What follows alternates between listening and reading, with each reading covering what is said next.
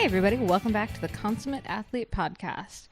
I'm Molly Herford, and when I'm not writing about biking or running or being outside, I am hopefully outside doing one of those things. And I'm Peter Glassford. I am an endurance coach, a registered kinesiologist, and very excited. We have a new set of microphones, so hopefully everyone can go over to the iTunes rankings and give us 5 stars for our excellent sound quality. Perhaps you'd like to reverse a previous star rating. I'm not calling anyone out, but that's fine. And you are on the Consummate Athlete Podcast, where we talk about different sports and movements and how they might combine to make a fuller, healthier, more active life. I think these new microphones have gone to your head. Well, you know, holding a microphone, it does that to a person. Does feel much more pro. I'm enjoying it. Anyway, we are out in California, West Coast. Very exciting. It's sunny. It's warm. And we are currently on the Cycling Canada Endurance Mountain Bike project. So we have a bunch of really cool young athletes that we're riding with and training with. And yeah, it's been a pretty good few days so far.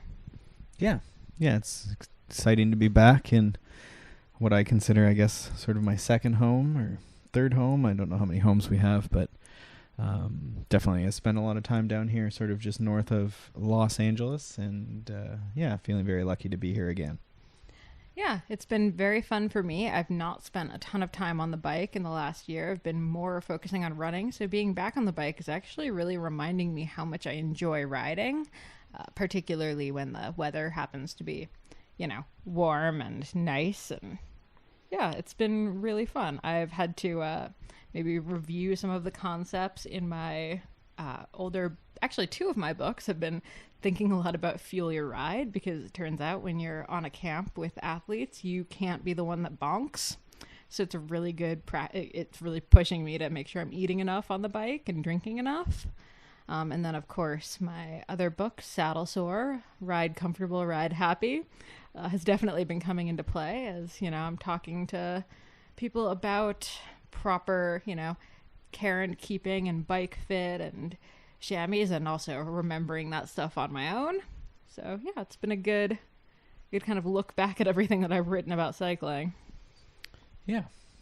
Well, you're doing okay. Your consummate athlete lifestyle has, I guess, allowed you to be back here on the bike and doing okay, keeping up.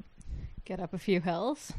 Yeah, so what else? We went through, I guess, the holidays. We're almost through that. That's right, We'll maybe get this one out ahead of New Year's, but... I think it'll be out on New Year's Eve, so for those of you who are still kind of frantically starting to think about resolutions and stuff, we're going to kind of get into that a little bit. I think we've talked a lot about goal setting and end of season and thinking about the 2019 season a fair bit, but I love a good resolution chat. And I mean, I think, 'tis the season. It's those of us who've had, kind of a hectic, family-filled, food-filled holiday can sometimes use that New Year's resolution energy to kind of start channeling a bit of a healthier lifestyle, even if it only lasts for a few weeks, going serious at it, and it kind of tapers off. That's probably not a terrible thing. Yeah, and we definitely... Did we not do an episode or so? We definitely did like a seasonal review, sort of what comes next type episode. Yep. There are a few back that you may want to check out. Yeah, the how to do an end of season assessment. So kind of assuming that you've already thought about how the 2018 season went for you and where you're at and sort of what you're looking towards in 2019. I think that's where the resolution stuff kind of comes in. Yeah. Because I don't think of resolutions as like setting a calendar for the year necessarily, or like setting a training schedule. I think they're much kind of broader in scope. I suppose. I mean, I'm myself not a huge fan of them in general. You always ask me what I'm doing for it. I know, and I get so grumpy. Rarely have something on there. But I think for a lot of us, it's good to sort of use that New Year's, that changing. It's fairly arbitrary, right? It's really just another day. Tomorrow you'll wake up. It's another day. Hopefully you'll wake up. But jeez, just took a turn for the dark. I did, but I think that's at the heart of the whole thing, right? Like ultimately, we're all very lucky to be here. And there's certainly better days and worse months and better months. But I've seen on even the social medias, and I mean, you've had your knee stuff, and last year I had my elbow was going crazy and couldn't hold myself up on my bike. And Yeah, this time last year we were in the ER. yeah, and so I think that experience last year especially helped me just, come back to terms to like what's, I guess, important, right? Like all this movement stuff is good. Cycling's obviously a big part of my life. But sort of just taking a pause before you set any crazy resolutions and just like, I'm sure there's something good going on.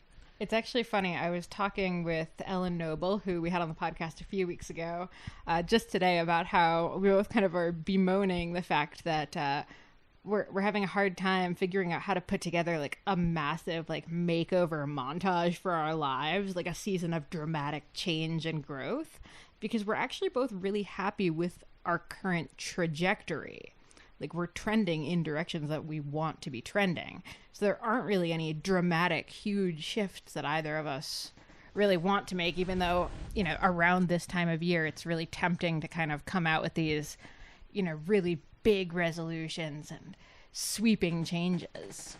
Well, and I think the ultimate thing is that, I mean, if everyone follows both of your Instagrams, there's probably a lot of people that, appreciate that and think life is going well for both of you. But both of you have things you want to change about yourselves or, you're unhappy with. So we need to be careful in this social media age that we don't assume everything is filtered in a lovely rose-colored no, we're not. Oakley prism lens. Definitely not saying everything is like amazing and no, life but is then going on the perfectly. flip side, both your lives are going pretty well. And I think sometimes I use that sort of strategy of daily goal setting with clients where it's, we start each day at 0 and your only mission is to keep adding. You don't have to get to 100, but you just don't really want a 0. So like drink some water when you wake up. You're at like 5% or something, right? However you want to allot that. But I think thinking about like both of you, if you're at 75% happiness, how do we make it 76? Like slightly better 2019, right? Marginal gains. I'm not saying that, but I don't do drugs. But I do think that it's worth reflecting on just like how you can be just slightly better, right? Like what is the one thing that can be slightly better for tomorrow? Yeah, and if tomorrow's the new year, then for the new year. Yeah, and I think that kind of ticks like the next box, because I was going to talk about, one of the questions of like how can you avoid that mid-January slump, right? You kind of get 2 weeks off of most New Year's resolutions if we're being totally honest. You can usually do some kind of, huge dietary shift or big training shift or whatever for a couple weeks before you start realizing that doing this every day is very difficult, and then you kind of slide back into what you were doing before. So I think this kind of touches on how to avoid doing that is by not deciding that you need to make a huge drastic change. I actually just wrote about that for Outside Magazine. We were doing 5 diet resolutions you shouldn't make in the new year, and I kind of did all the cliche ones. I'm gonna go raw, paleo, vegan, whatever off of a standard American diet, or I'm gonna lose 5 pounds when you don't actually even know what you weigh right now, stuff like that. Yeah, and I guess the question would be, at the end of next year, would you be happy if you were even say 5 pounds lighter? Say you have some weight to lose, would you be happy with 5 pounds lighter, and can you gradually make a change that would get you there, right? So maybe you're into desserts, maybe you decide you're going to have a behavior swap, you're going to brush your teeth and go for a walk after dinner, and maybe that helps supplant some, replace some of that time for dessert, or insert any other thing, but some small behavior change that then hopefully over the course of a month leads to, what is that, half a pound or less, right? It's not even half a pound. Half a pound plus, it's the holidays, so you've got to hashtag it's the holidays. Yeah, +1, -1. So thinking about just sort of the small change, right? Like what is one thing, I think one year I decided peanut butter was just too easy for me to eat, so no more peanut butter. And I'm pretty good at cutting stuff out, but I mean, I think everyone could think of like one thing that like they probably don't need to eat or do, or, the third hour of Netflix, or, whatever your vice is, we all have them, right? And trying to just gradually phase that out. Yeah, exactly. Especially if you have a history of like, we're full on changing everything about us on one day on a dime. If that hasn't worked in the past, then I think it's worth trying something very small. The glass of water in the morning. Yeah. Your best life is not necessarily the most like Instagrammable hashtag New Year, New You. Mm-hmm. And I think the behavior is a big part of it, right? Like if we take that glass of water example, I think everyone agrees in general water's good for you. I don't think there's a diet that excludes water yet. But is there a way that we can maybe that we have a Brita filter? I don't know why I said Brita so odd, but maybe I don't know. But it's just always on the counter, right? We don't chill it. It's always at room temperature, but it's always on the counter. And so we drain it pretty fast usually, right? So it's always there sort of as a reminder. And is it annoying sometimes and unsightly sometimes? Sure. But it's sort of a reminder, right? Or, maybe some people swear by their big, like Nalgene thermos, whatever, and just having that with them works too. Mm-hmm. Yeah. So all of that to say, if you are making a resolution, just, pondering ways that you can actually keep it and make it a sustainable change. And the smallest thing. Yeah, what's the smallest? 100% thing you could do. If I bet you this time next year. Yeah. Also, hit us up on Instagram or Twitter and let us know if you do have a resolution that you're going to make it social, then we'll hold you accountable. We'll do like a Christmas list. We'll check it twice this time next year. Ooh, I like it. All right. Yeah, Instagram or tweet us with your resolution, and come December of next year, we will try to remember to bug you about it. We'll make a list. We'll put that on December 2019. All right, perfect. Okay. Next question. We figured since we're at this training camp, and I know a lot of people are about to get into their base season, we would talk about sort of some of the components to a training camp. So I think the first thing I wanted to, ask you, because I think this gets miscommunicated a lot of the time, is what are base miles? What are we talking about when we say it's base season? I mean, I think it gets complicated sometimes, but in the traditional sense, base is typically, you sort of in the standard, you might have a base phase 1, base phase 2, base phase 3. And that can evolve and comprise of different things. But you're already getting complicated. What is base at its most basic? But in general, the base phase is not high intensity. We know that.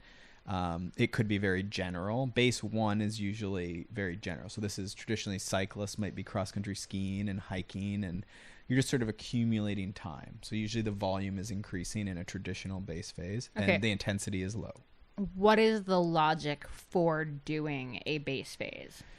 Because, I mean, it's one of those things that we toss around very casually as people who've trained for a long time. But, man, I remember when I first started training with the Rutgers guys, and I probably trained terribly because, they're like, oh, yeah, we're doing base. And that meant 200-mile rides during the week. And I was a new cyclist. Right. So that was not base for me. But, to them it was. So I always thought base was just murdering yourself with mileage. Yeah, I think for a new cyclist, I guess what was the question? I want us to keep it short. That's our goal. This is our New Year's resolution. We're going to be really bad at this. What are base miles? So base miles are generally endurance miles, you could consider them as. And the base phase would be that you're doing a block of endurance-focused riding. So you're trying to increase your endurance, your ability to ride all day, so to speak, to ride for an extended period, which for a beginner, I think 90 minutes is a pretty critical, if I may, duration. So for a beginner rider, it might be just a few set of weeks, a month, where you're doing, a couple 60 to 90, 60 to 120 minute rides, and you're just trying to increase your endurance, your ability to ride for an extended period of time. And now talk a little bit about where intensity comes into this, or why intensity doesn't come into this. Like, what is the point of doing a base phase? Again, traditionally, if we look at textbooks, then it's to sort of build the base of your pyramid of fitness, if you will, or the base of your performance, I guess, right? So the idea was that you would build this huge aerobic base, and then that would determine the height of your so-called pyramid of performance. I may have just invented that term, though. But Steven Seiler was on, and he had a different pyramid, which somewhat complicates it, but the endurance needs, if you go back to that episode, it's one of our most popular for sure, and I think is a great sort of primer for what is training and polarized training. But basically you would lay this endurance base, if you think about the wide base of that pyramid, and then how high your peak is, so to speak. So your best performance, your July summer group ride Fondo national championships, that would be, in theory, you would be fitter. I think the other thing to think about is work capacity, is how, in my own philosophy, that's how I think about base phase, is we're trying to increase the amount of work you can do in a day. If you'd like to, even in common speak, it sometimes gets confusing, but the amount of calories you can expend in a day. And to me, that is work capacity. So to me, I want an athlete who has a very high work capacity, and then the next phases in your training. So as we get into maybe spring or closer to your event, the specific preparatory period, then we might, rather than being consummate athletes, if we were trying to get someone to like a world championships, national championships, they would become a very specific type of athlete with a very specific type of work capacity. So rather than doing 6-hour endurance rides, our build phases or our specific phases close to your race, maybe the 2 months ahead of your race, you're becoming much narrower in your focus, more intense generally. Again, different if you're an Ironman or something, but that's sort of the general idea. Okay, great. And then the other kind of thing with these base miles is we're typically talking about like endurance miles, but I think this is where people get really confused, because some people, like me, will maybe consider endurance to be going probably a little harder than what endurance should be. And then there's a lot of people who will consider endurance basically like spinning almost junk miles. So how do we know what the endurance pace is? I think it depends too, right? Like you're going to hit a situation where either someone is a beginner and just any riding they do is basically going to make them fitter. But if you're starting at 0 or low, you only used to ride on the weekend, if you can increase your frequency, that will have the effect of increasing your volume. But I believe personally that the frequency is more important. So going from 1 ride a week to 3 rides a week is going to be huge for you. Yes, the volume increases, but also the frequency increases. I believe the same thing even for a very advanced athlete. And that's why I do a lot of double days. You see that in a lot of elite athletes, double days. It didn't catch on as much in cycling for some reason, because we all like to ride for so long. And maybe there's a bit of just the amount of coasting and efficiency and stuff. But in running, you see it. Rowing is very, very big on doubles and triples. Skiing also. So all that to say, the base phase, I'm trying to get back to your original question. What is endurance pace? Endurance pace. So that's just your all-day pace. So the talk test is the classic thing. I define it by heart rate with 65 to 75% of max heart rate. And that's a fairly narrow range. It would be hard. A lot of beginners would find that hard to ride that slowly or at that low of a heart rate. And sometimes we would adjust that. Just for people who don't know, what is the talk test? The talk test is, we should be able to have this conversation basically. You should be able to speak in maybe a sentence at least. Maybe you have to, pause a little bit more than we are now. But it's sort of separated by your tempo and your threshold, your sort of moderate intensities, which are where you start having that deepening of breaths, right? And that relates to our ventilatory threshold, or what you might think of as like an anaerobic threshold. It's sort of all that middle intensity is sort of defined around there. So you just want to sort of check in, and like a good signs of that is like, are you able to finish the ride? If you have wattage, is the wattage fading over the course of the ride? There's a variety of ways you can sort of check that. For the beginner rider, again, I'm more concerned about the frequency of the riding, and I think like the intensity is almost secondary at that point. But once you become a novice or an intermediate, then that's, I think, where you have to pay more attention, because we're going to start looking at both the volume and the intensity. And the dilemma for someone like you is that if you ride too hard in your endurance, the bulk of your training, then the intensity you're just tired for, so it becomes moderate as well. So that's your classic like no man's land, they call it, or that middle ground intensity. And to me, that is actually the junk miles. I'm rarely that concerned about people like noodling around and not working hard enough. Like that becomes apparent, but You rarely see that. Like most people want to get a workout, right? Okay, and then I want to talk about how this applies to running, because I think running is really hard to keep in that endurance zone when you're new. So where would you fall if you're coaching someone who's, new-ish to running and you're trying to get them through a base phase? Do you do run walks? Do you just call endurance is just, the 3 miles that they can comfortably run before they start getting just kind of exhausted? Well, I think I do like run walks. You may not necessarily solve that immediately with that. I do like MAF training, so Phil Maffetone's methods of training, which is somewhat complicating it, but essentially running at an endurance pace, and the same thing happens. There's a limit on your heart rate. And sometimes for some people that means walking. Why not sprinkle some walking in? Because you could probably do more walking than you could running, right? Like you could probably walk to work or walk errands or walk with your family, walk with your dog, monitor on, and you can count it as training.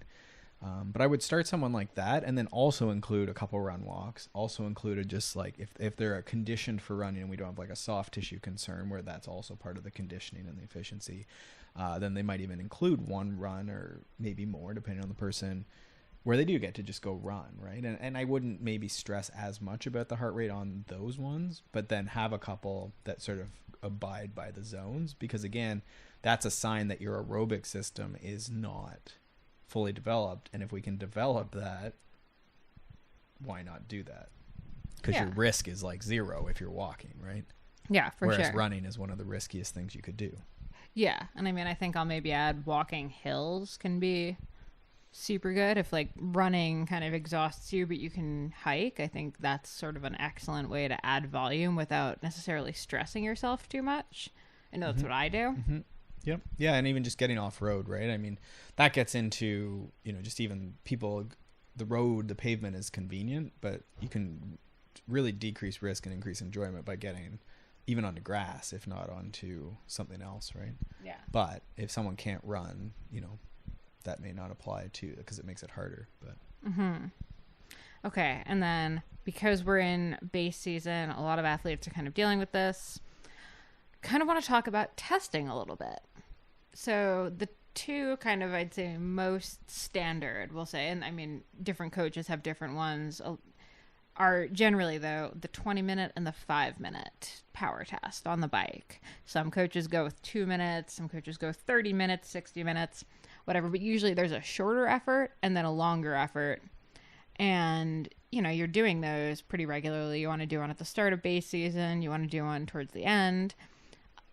I wanted to talk about, first of all, why we do testing in its most like general sense, but then also, what are some of the pitfalls you see around testing? Because I know for some people like me, that stresses me out so much. Yeah, I think the main thing, the reason I do testing is because of the last thing you said. Because if that stresses you out, then I'm sure races probably stress you out. And for you, it definitely is true. You are a bit of a wreck usually when you start, and then you're usually very happy when you finish. So then you remember that and you've sort of learned to cope through it. I'm happy 2 seconds into the race. It's really the moments before the gun goes off. Yeah. So, I mean, to me, it's just you're practicing showing up and doing the work you can do on the day. I've had decent success this year, especially, I think, trying to get people, just start into it, and it's 9 out of 10. It's not your best one. It's a 9 out of 10. So you have like that little scapegoat. And then usually once people get into it, they're like, you know what? I can hit this pretty hard. Oh, wow. I'm close to a PB. If I just pedal really hard for 5 minutes, this is my best 20-minute ever, right? And it just, you take the nerves off of and the expectations off of the beginning. The reason you test is because you want to know if you got fitter or not, because that then relates to whether you're nervous on the start line. So I always find it odd that people don't want to test, because to me, that's like an indicator that I'm not going to suck on race day, right? Or if I have a coach that like something is improving, right? Like the test doesn't always go up. That's certainly part of it. And if we're doing base phase, you wouldn't necessarily expect the 5 and the 20 to increase, but it certainly could. Several of the athletes here have been just doing base phase, so to speak, mostly endurance training and skiing and stuff, and they actually had a great 5 minute, and that's youth, I think, but also just being young endurance athletes, right? Endurance is pretty magical when you're starting out, like we were talking about in the run walk example, right? Like it's pretty magical. You just need to ride your bike or walk or whatever and you get better.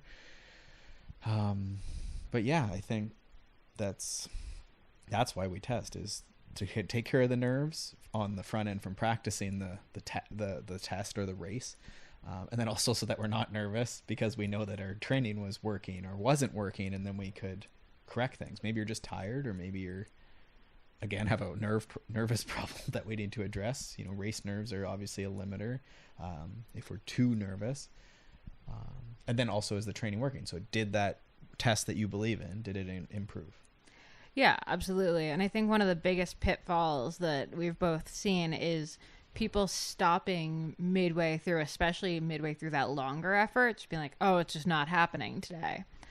There's going to be races where stuff isn't going to be happening for you that day. But does that mean you should just abandon your bike and get a ride home from, the side of the road, or, walk off the course? No, you should probably just finish the race. Even if you're getting passed left and right, you got to get back to the start finish area, right? So I think being able to work your way through a 20-minute, even when it's not going according to plan or according to what you were hoping for. I think so. Because they're good training, right? Like I always say, training is testing is racing. They're all basically the same. Like if you do a race, in theory, you may get, it's a ride. It's essentially a ride. It's also a test because you're getting maybe some power data and then also obviously the result, right? So I think it's important that we're testing just so that we have that feedback for sure. Yeah. All right. So that's testing. Next question. Well, did you want to just talk a bit about the durations? Yeah, absolutely. Oh, okay. The common is sort of the 5 and the 20, and the thought with that a little bit is that it's sort of a 2 you can maybe do together. The 5 is maybe an indicator of sort of your top end or VO2 or MAP, whatever you want to call it. And then the threshold, the 20-minute, it's going to be lower than if you just did a 20-minute on its own. But it's sort of maybe an indicator of that threshold, that quote-unquote moderate intensity. It's obviously a harder effort. But it gives us sort of 2 numbers that maybe then you could base some training decisions off of. If the 5 is really, really good and you don't finish the 20, that's a good indicator that you're maybe need more endurance or muscular endurance training. It could be a fueling thing as well. But if the 5, which is the more common thing, the 5, the VO2, the top end test is very close to your 20, then it's likely that, like Molly, you are someone who A, isn't motivated to do intensity, wah, wah. B, maybe lacks coordination in the sport to stand up and to sprint and go hard and pedal really hard and shift appropriately. Huge slams on Molly out of nowhere. Could be fatigue, that short test isn't as good, and you also just may need to work on that 5-minute, that top end fitness, right? Yeah, for sure. So that's why we test then. And there's different variations on that. I tend to do a 3, a 20, and then also a separate day we'll do a MAF test, which is a 30-minute sub-maximal test. Just so that I do get sort of a bit of a picture of how that top end attack sort of hill pace goes versus the threshold versus like the all day like steady endurance pace. But that it depends on the person and their sport, right? So if you hate 20-minute tests and it doesn't really relate to your sport, then maybe a mountain bike time trial or just a 5-minute or just a 3-minute, or it doesn't really matter, right? Like essentially all you're doing is drawing a line between 2 dots. The line is curved, but the more dots you have, especially in this day and age with all the analysis software, a lot of coaches can sort of really estimate that threshold without ever doing those tests. So if you're just, for some reason, you refuse to do tests, then you can do workouts and those become the tests. So you can go from there. Yeah, and I think we've talked about this before on the show, but maybe not. The length of your test or the duration, you can be, a few minutes on or off. If you happen to have a hill that only takes you 17 minutes to get up, that can kind of be your 20-minute. Or, if you have a hill that takes 6 minutes to get up, that can be your 5. Like, it doesn't have to be exactly 5 or exactly 20. It's kind of almost better to fit it to the terrain that's around you.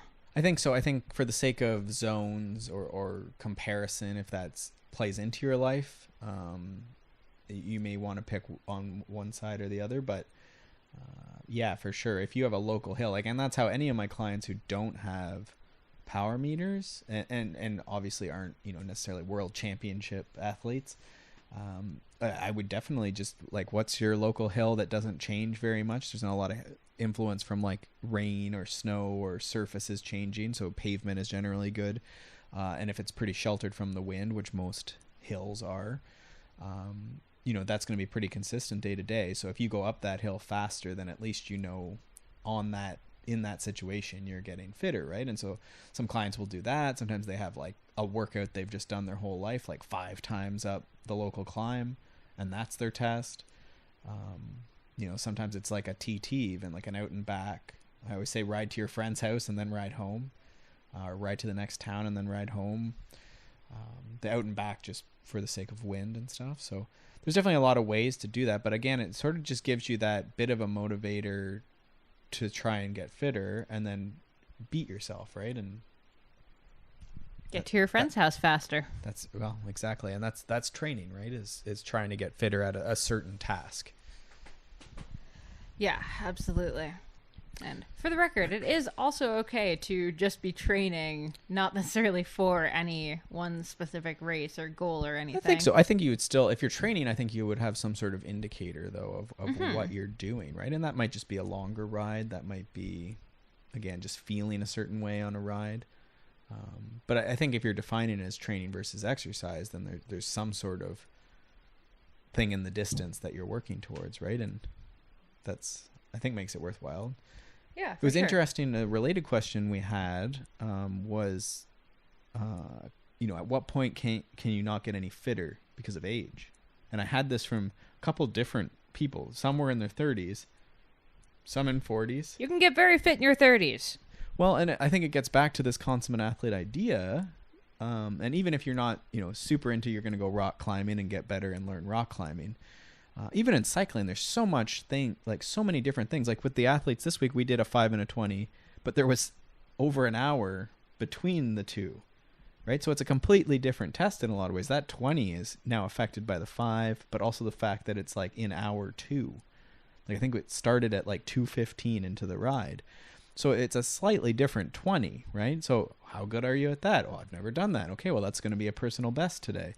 Then there's obviously disciplines. There's obviously, just different skills you can learn. And I think a lot of us we're never pro tour, right? We were never the best, we never necessarily reach our physiological peaks, right? So for some of us, there may indeed be more fitness depending on how you define it, right? I've definitely had clients in 40s and 50s get their best 20-minute power if that's going to be our gold standard. And I'll say you have clients in their 60s that are in better shape than they've ever been in their entire lives because they've now, maybe they were cyclists for a lot of it, but now they're adding, the proper strength training and stuff like that. So, well, and that's it, right? It's how we set the rules. And that's even with the young athletes here. That's what we're trying to work a lot on is, they're mountain bike racers, but what are the rules that you're living by, right? How many, we can't win every single thing. You can't win the endurance ride and the 20-minute and the 5-minute on the road and then also expect that you're going to win the mountain bike race that's 7 months from now, right? So sometimes I think, especially in this day and age, I don't want to go on my usual harp on social media and phones. I thought you were going to go on one on Zwift. Or Zwift. If we're racing, and that's, I guess, the other thing about base period, right? We're sort of linking all these questions together is that the base period generally doesn't have racing. And then that's, again, where people are getting into trouble, I think, with motivation and burnout, and they get to June and they can't do anything is, we're missing that outdoors time that's just low key general preparation, getting fitter as a person, right? A fitter human, I guess, is what we often say. Yeah, I like that. And on the topic of becoming a fitter human, one question that I think we've both gotten a few times lately in the last month and a half is okay, I'm ready to start strength training. I want to start strength training. Okay, here's like the bench that I'm going to get. Here's the, huge set of free weights and, the huge range of kettlebells, and I'm going to get this, trap bar for deadlifts and all this stuff. Or join an expensive gym or something. Yeah, exactly. So I guess that relates back to the resolution. Yeah, so bare bones. What are your favorite couple of weights that someone can pick up that they can then do a really good strength training routine with just, under $50 worth of equipment? Well, I think if we think back to the resolutions question and we're just taking a little step, so rather than joining an expensive gym and that's going to commit us, we're definitely going to go and drive that 30 minutes to the gym to do a 1 hour workout, and then it takes 2 hours plus you're showering. I do think that, like, I'll say our 10-minute core thing in the morning or after work or after you get done your other workout, your bike run, whatever you do, I do think that that's a good place to start. And I don't think it needs anything. Like, I would say don't buy equipment until you've done that for, 21 days you need for your habit? Do that 21 days in a row, and then you can buy a set of dumbbells would be where I would start. Because that'll open up things like rowing, so like lifting a dumbbell up using your arms, basically. Okay, I want to talk about weights of the dumbbells, though, and I realize that weight is not going to be the same. It depends on the person. It would be somewhere between a 10 and a 20 would be probably, if you're sort of endurance, never done strength training. If you're a bigger person, then 20 is probably a good place to start. But none of those 5-pounders. Yeah, I would err on the side of more. Because most of the things you're going to do them, again, like a bent over row, if you think about like putting your hand on a coffee table and then using the other hand to sort of pull a weight to your armpit, that would be a bent over row. But then you can also press those dumbbells over your head. There's just a lot of stuff. And I think you're better to start, okay, I can do 6 reps of these with a slightly heavier weight and, just do more sets, or just slowly over the course of days build up those reps and go from 6 to 15, and then eventually those smaller weights. So even if you did get 2 10s, a lot of these things are often better done one-armed or one-limbed, one leg. So your lunges, your Romanian deadlift, your one-leg deadlift. So you can always combine those, right? You can put them in a backpack or hold them together. Like 2 10s really aren't that big, so you can sort of use like a crazy wide grip with your thumb and all your fingers and sort of try and hold 2 dumbbells.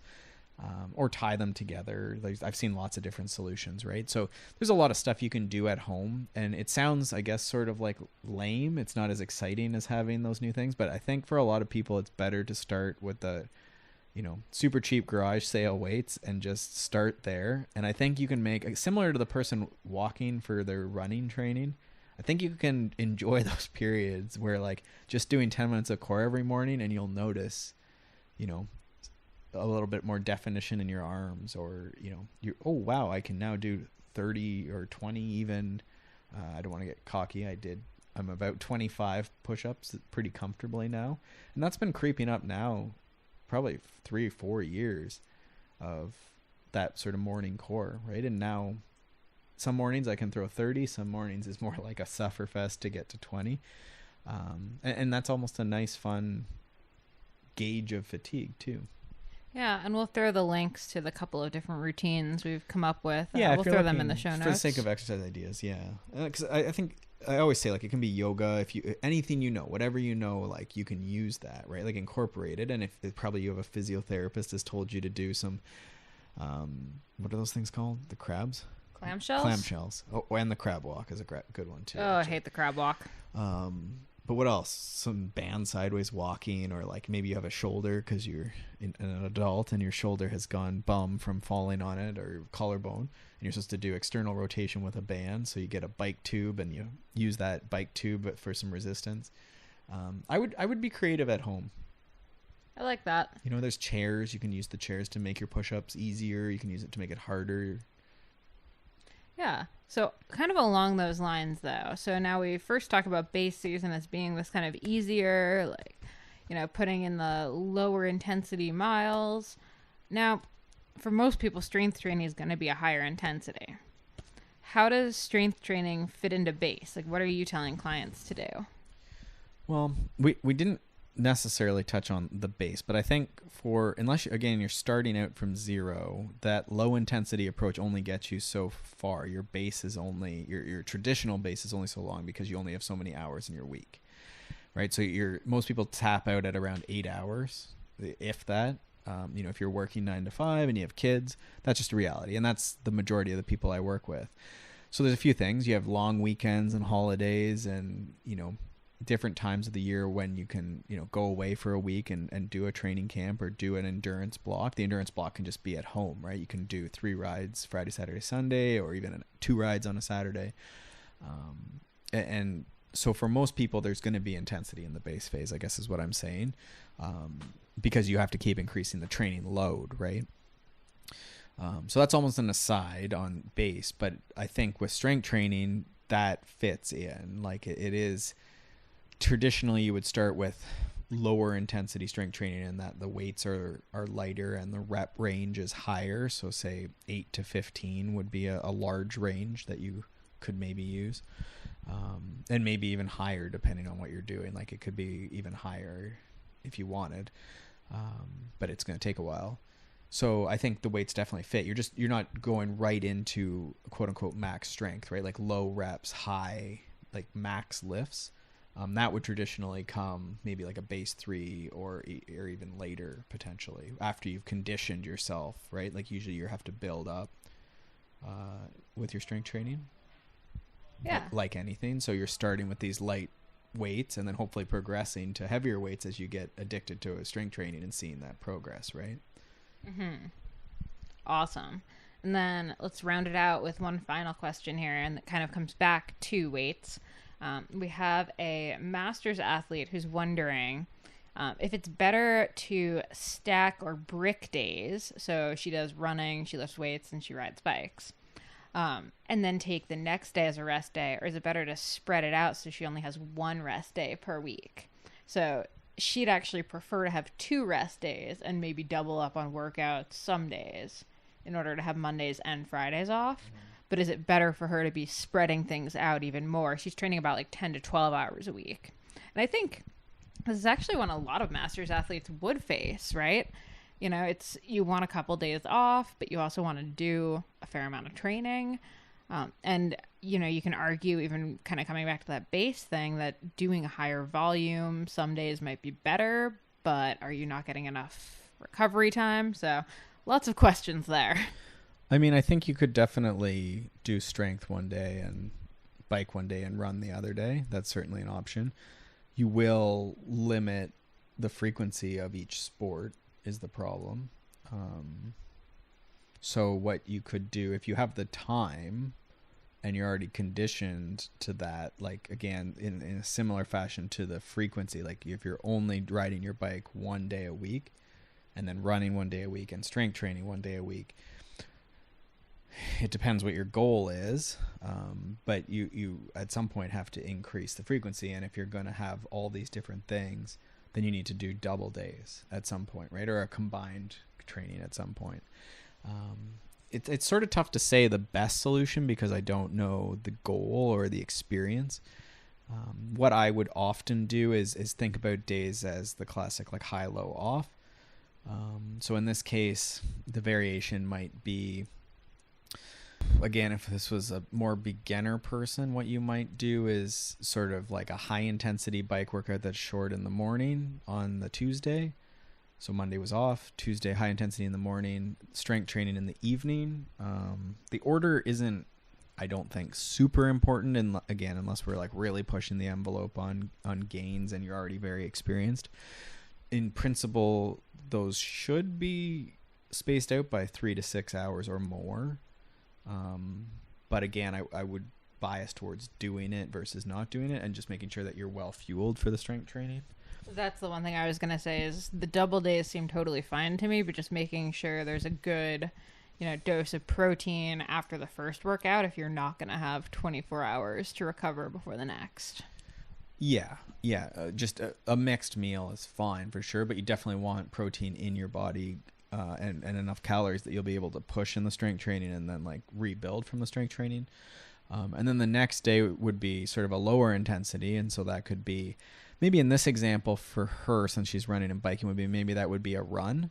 And that could even border potentially for a more advanced athlete, that could border on even to like a moderate intensity. And that might be interesting to review the Frank Overton Sweet Spot podcast, where he talks a bit about the sort of having like a harder day and then a moderate day and then maybe an endurance day. And that was sort of, I believe he called that like fatigue based training.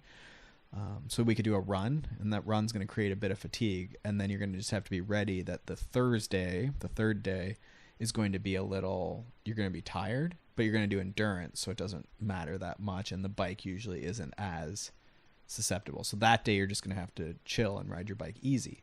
Then recover Friday, and then if you wanted to hit your bike again, that could be a harder day Saturday, maybe with strength again. So maybe just repeat that, and then maybe you go on a long run Sunday, recover Monday, and then so it'd be sort of, in that example, it'd be sort of like a high, moderate, low, off, high, low, off, and then back through the week.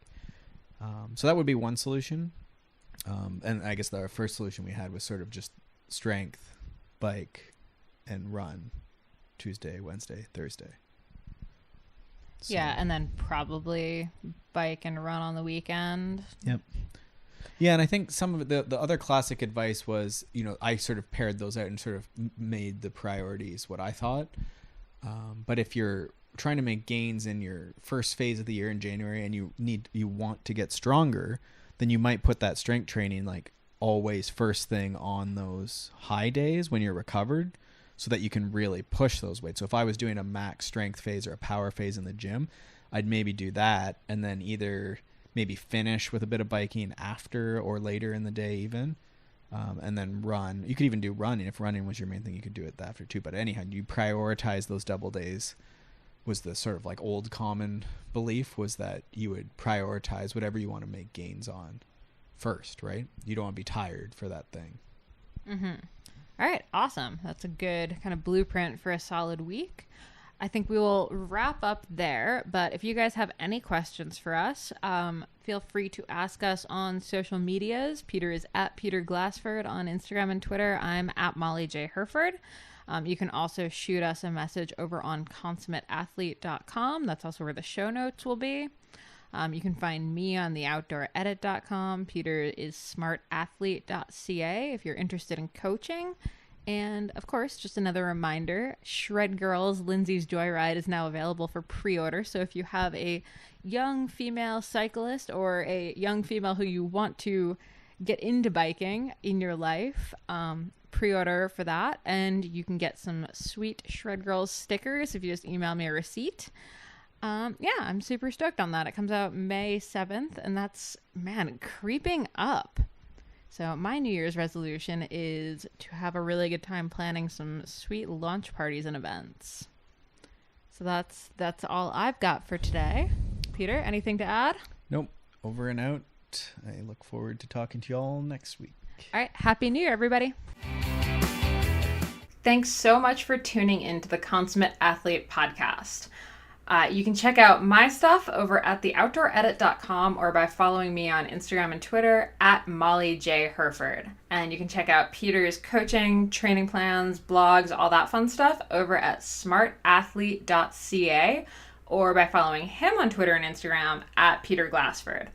And if you want to support this show and other awesome podcasts, please check out wideanglepodium.com for show info, other podcasts, bonus content, and to become a donating member so you can get all of that rad behind the scenes content and help keep shows like this on the air. And lastly, if you're enjoying this podcast and all the information that we're bringing to you every single week, do us a solid and pop into iTunes to leave us a rating and review. It takes you about 2 seconds. You can do it on your computer, you can do it on your phone, and it really helps us out. Thanks so much, and we will see you next week.